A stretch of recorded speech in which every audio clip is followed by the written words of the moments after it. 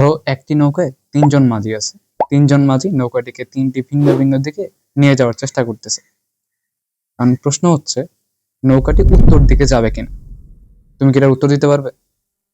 তো এরকমই একটা কোয়েশ্চেন নটরডেম কলেজে এইচএসসি 23 এর সময় ভেক্টর অধ্যায় আসছিল। তাহলে আমরা একটু দেখবো যে কোয়েশ্চেনটা কিভাবে সলভ করা যায়। আচ্ছা, দেখো কোয়েশ্চেনে এখানে কি বলা আছে যে একটি নৌকায় তিনজন মাঝি আছে, যেটা আমরা প্রথমেই বলছিলাম।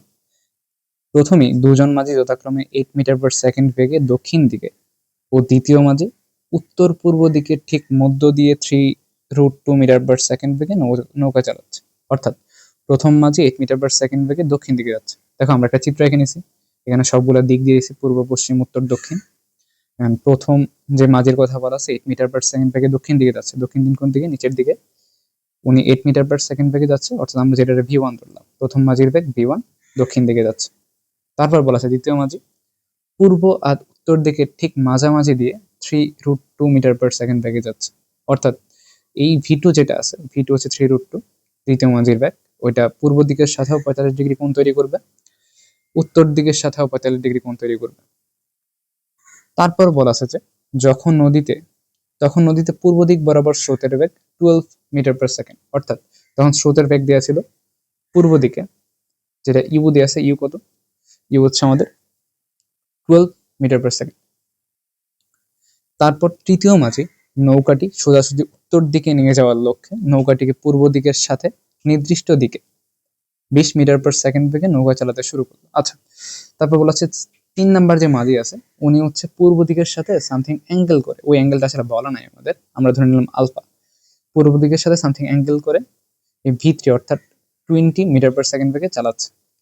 এখন এমনভাবে তিনি চালাচ্ছে, এমনভাবে অ্যাঙ্গেল করে চালাচ্ছে যাতে সবগুলা বেগের লব্ধি উত্তর দিকে হয়। কারণ কি? নৌকাটা উত্তর দিকেই যাইতে হবে। আচ্ছা, তারপর আমাদের প্রথম কোশ্চেনে কি বলা আছে যে দ্বিতীয় মাঝির বেগের সদৃশ ভেক্টর নির্ণয় করো।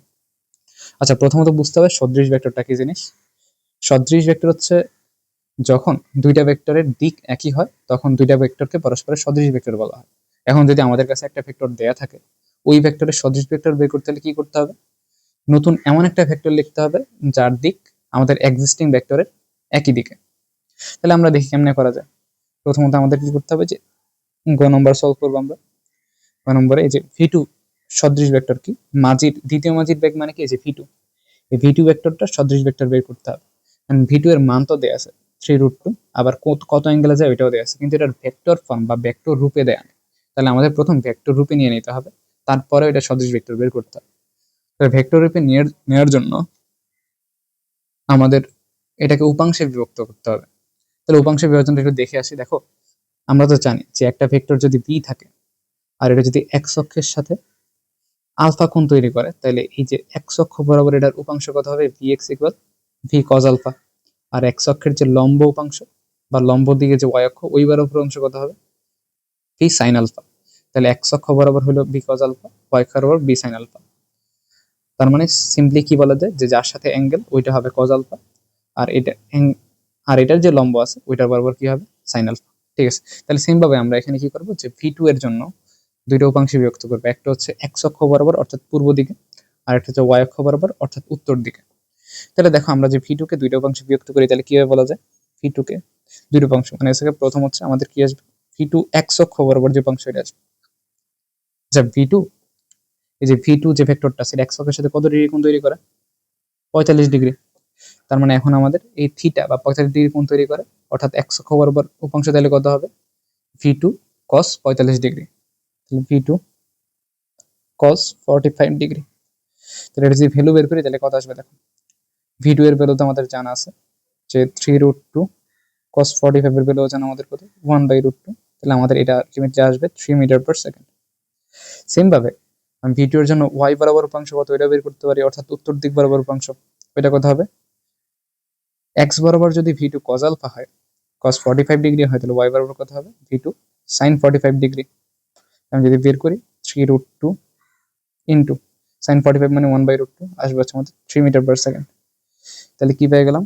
x বরাবর উপাংশ পেয়ে গেলাম, y বরাবর উপাংশ পেয়ে গেলাম।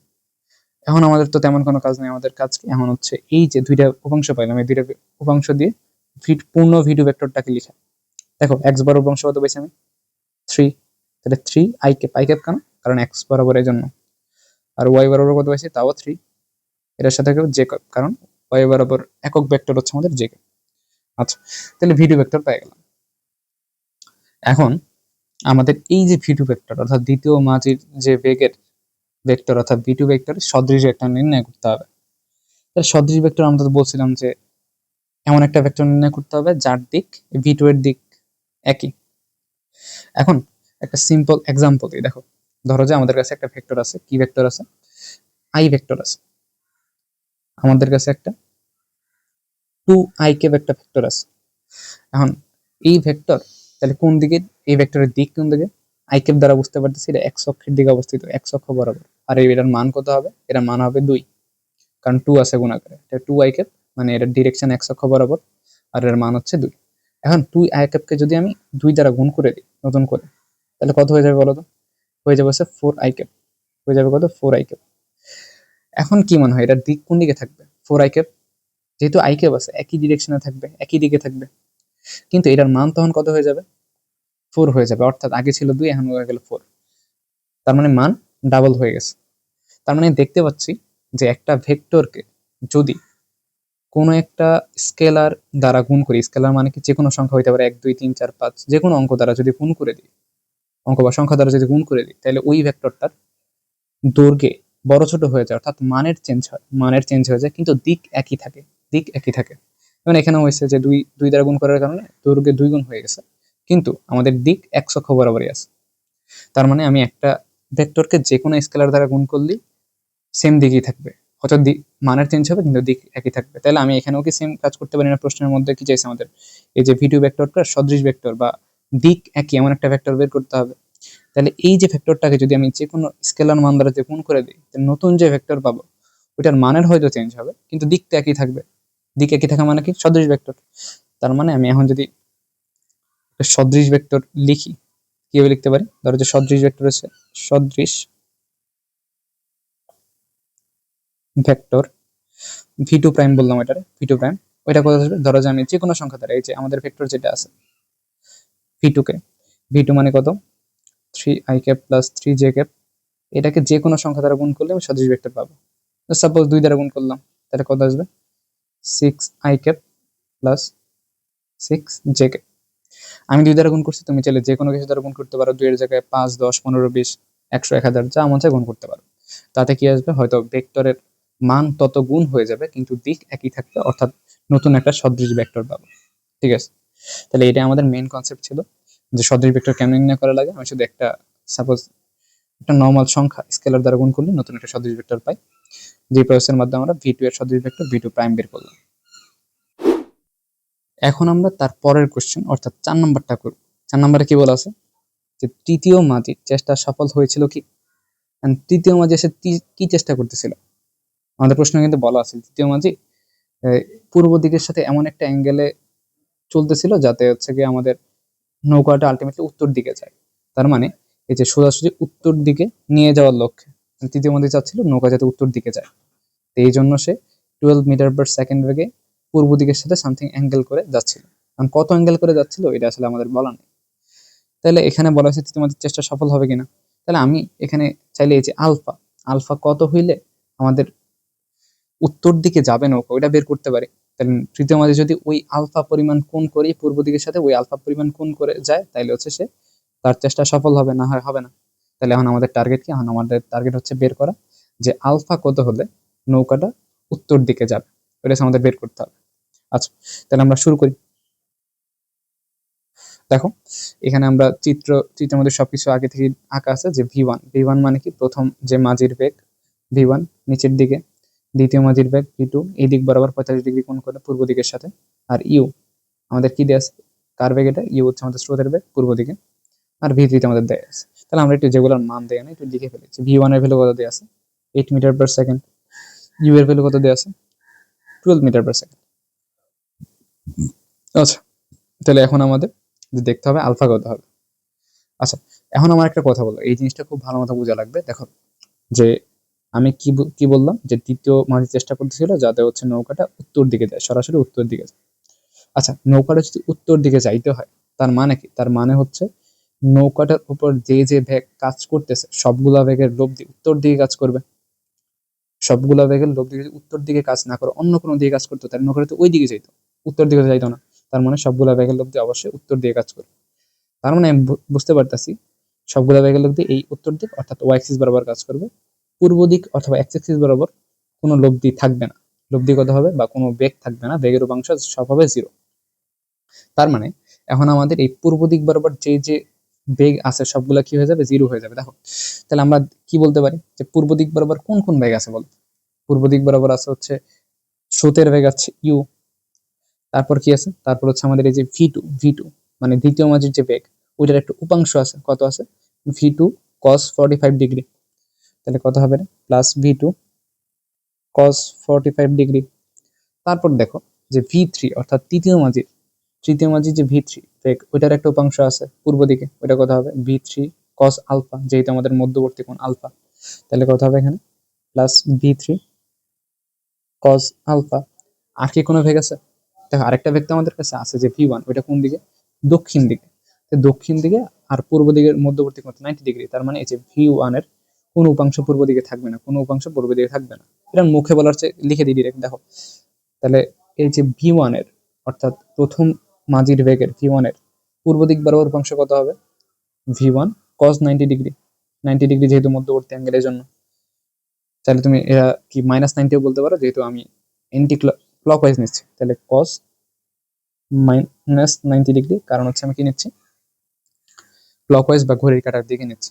কারণ cos -90 ভ্যালু কত, মানে 90 ভ্যালু আচ্ছা আমার 0। তাহলে আলটিমেটলি এই যে পোর্শনটা আছে এই পোর্শনটা 0 চলে আসবে। তার মানে এই যে ভি1 এর কোনো উপাংশ পূর্ব দিক বরাবর নাই, মানে 0 উপাংশ আছে, কোনো উপাংশ নাই। তাহলে সবগুলো উপাংশ আমি বের করে নিলাম। কি কি বের করলাম, যে ইউ আছে, ভি2 এর একটা উপাংশ আছে, ভি3 এর উপাংশ আছে, আর ভি1 এর উপাংশ 0। সবগুলো যোগ করার পরে এই যে পূর্ব দিক বরাবর সবগুলা উপাংশের যোগফল কত হবে বলতো, 0 হবে। কারণ কি এই দিক বরাবর কোনো উপাংশ থাকা যাবে না। সব উপাংশ বা সব অংশের লব্ধি কোন দিকে হবে, উত্তর দিকে হবে, পূর্ব দিক বরাবর কোনো বেগ থাকবে না। তাহলে এই জন্য এগুলো 0 বলতে পারি। এখন আমি যদি ভ্যালু বসাই দিই, ইউ সমান কত, ইউ সমান হচ্ছে আমাদের 12, ভি2 কত, ভি2 আমাদের হচ্ছে 3√2 cos 45 ডিগ্রি, প্লাস ভি3 কত, ভি3 হচ্ছে আমাদের দেওয়া আছে 20 cos আলফা, প্লাস এটা হচ্ছে 0 ইকুয়াল টু 0। আমি যদি নর্মাল ক্যালকুলেশন করি তাহলে কি আসে দেখো, যে এটা আসবে আমাদের 12 প্লাস এখানে আসবে 3 plus 20 cos alpha equal to 0, এরকম আসবে। ওইখান থেকে আমি যদি cos আলফার ভ্যালু বের করতে চাই তাহলে কি আসবে, এখান থেকে যদি আমি cos আলফার ভ্যালু বের করি, দেখো এদিকে আস্তে আস্তে 15, ওই পাশে গেলে -15 হয়ে যাবে। তাহলে cos আলফা সমান কত আসবে, cos আলফা সমান আসবে -15/20, অতএব আলফা ইকুয়াল cos ইনভার্স -15/20। যদি ক্যালকুলেট করি তাহলে আসবে হচ্ছে আমাদের 138.59 ডিগ্রি। তার মানে এই আলফার ভ্যালু যদি 138.59 ডিগ্রি হয়, তাইলে সবগুলা বেগের লব্ধি উত্তর দিকে হবে, কোনো উপাংশ বা কোনো রকম বেগই পূর্ব দিকে থাকবে না। ঠিক আছে, তার মানে আমাদের তাহলে এখন আমাদের অ্যান্সার কি, আমাদের কোশ্চেনে জানতে চাইছিল যে তৃতীয় মাঝির চেষ্টা সফল হয়েছিল কিনা। তাহলে আমাদের অ্যান্সার হচ্ছে এরকম, যে তৃতীয় মাঝি যদি 138.59 ডিগ্রি কোণে পূর্ব দিকের সাথে নৌকা চালায় তাইলে তার চেষ্টা সফল হবে, না হলে হবে না। আচ্ছা, তাহলে আমি আরেকবার বলে দিয়ে কি করলাম, যেহেতু আমাদের বলা ছিল যে নৌকাটা অবশ্যই উত্তর দিকে যাইতে হবে, তার মানে সব লব্ধি বা বেগের লব্ধিগুলো উত্তর দিকে থাকবে, পূর্ব দিকে কোনো উপাংশ বা লব্ধি থাকবে না, কিচ্ছু থাকবে না। তার মানে এখানে যা যা আছে সবকিছু যোগফল 0 হয়ে যাবে। তারপরে মান বসালাম, নর্মাল ক্যালকুলেশন করলাম, আমাদের আলফা আসলো কত 138.59 ডিগ্রি। তাহলে 138.59 ডিগ্রি কোণে চালাইলে নৌকা উত্তর দিকে যাবে।